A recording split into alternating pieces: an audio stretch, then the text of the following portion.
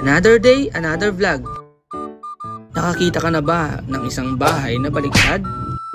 Yung akala mo normal na bahay, pero isa palang kainan. At ito ang Bros Inasal sa Sagada. So bago kami nag-order, nadikit muna kami ng stickers namin. So yun na nga, nag-order na si Bebekes. Sa dami ng pagpipilian, hindi na namin alam kung anong order din namin. Sample ng kanilang menu ay mga spaghetti tsaka chicken. Meron din silang only rice at dadagdagan mo lang ng 25 pesos para magkaroon ka na ng drinks. Ba, sulit na, busog ka pa. Kakapagod pala ng ganito, nakakahingal. After na namin mag-order, tingnan nyo naman ang view, overlooking. Grabe, mapapabaw ka talaga sa ganda. Habang tumitingin ako sa view, yung isang tropa natin nagre-relapse. Hindi na ako kumain, parang nagdadabog ka naman. Ano ba naman kasi?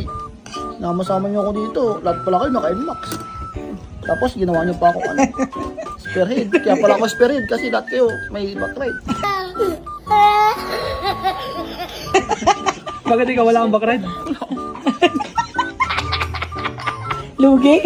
Sa brute.